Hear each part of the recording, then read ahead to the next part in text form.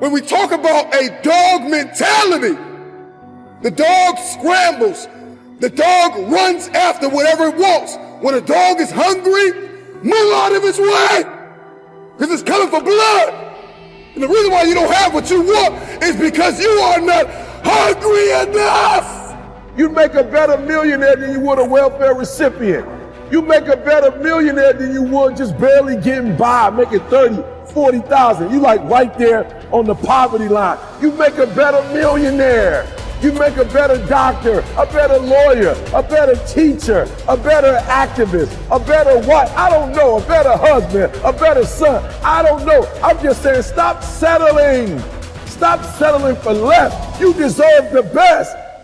Underdog is just a man or a woman who has made up their mind.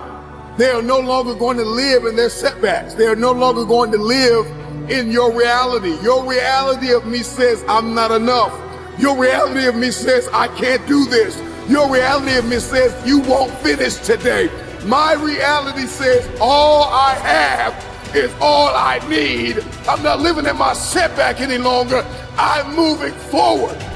Listen to me, you make a much better millionaire than you would a welfare recipient.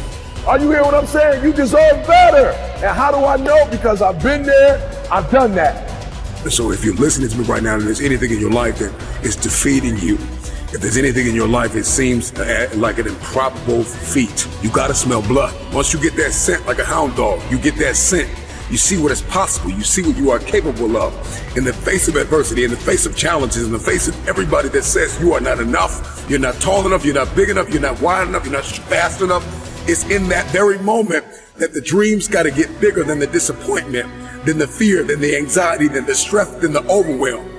It's got to get bigger, the dream. Once that dream gets bigger and you get a scent for that dream, you start to smell that dream.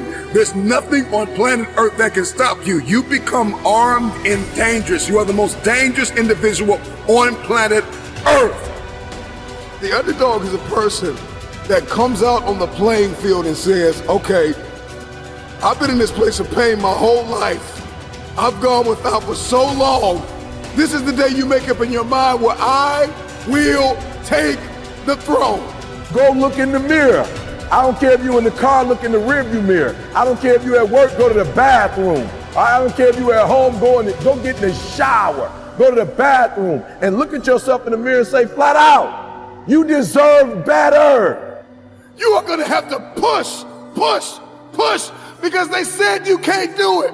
They said you don't have what it takes to make the investments. They said you don't have what it takes to lose the weight. They say you don't have what it takes to hang on to your marriage. Everybody has been counted out. Everybody has been doubted. The underdog is not a person who doesn't feel pain, doubt, and fear. The underdog is a person that turns that pain, that doubt, that fear into their fuel. Your story is not your fortress. Your story is your fuel. If you came from a place where you had nothing, that's everything that you need. The underdog is like music to his ears. Tell me I'm not good enough. Tell me I'm not strong enough. Tell me I won't finish. There is this intrinsic emotion, this instinct. You have just awakened the lion in me.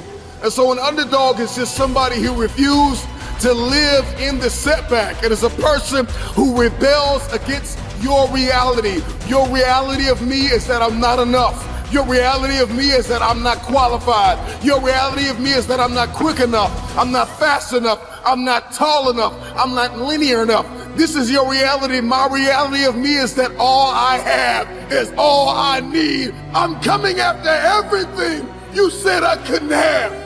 If you've been an underdog in the weight room, if you've been an underdog in life, if you've been an underdog financially, I'm talking to that person who grew up without a father. I'm talking to that person who grew up without a mother. I'm talking to that person who didn't grow up with handouts. I'm talking to that person who maybe if you did grew up with a little bit of handouts, but maybe you were misunderstood and you were overlooked and you were undervalued and you were mishandled and misguided. I'm talking to that person that is acquainted with pain. I'm talking to that person that knows what it's like to come from nothing.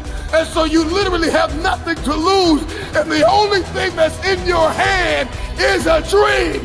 The only thing that's in your head is I have what it takes to get to the top of that hill. because I am not the wolf on the hill. I am the wolf climbing the hill. I have nothing to lose. You have a fear of success. Some folks have a fear of failure. You have a fear of success. You are afraid. You are afraid to be successful. You've been broke so long that it's become a part of who you are. You've been in lack so long. You've been in poverty so long. You've not been able to go and splurge. You have not been able to go and enjoy life to its fullest. And you are afraid. You are afraid to be successful. You are afraid to succeed. Now there's another group. You're watching me. You're watching me. You are afraid. Afraid of what?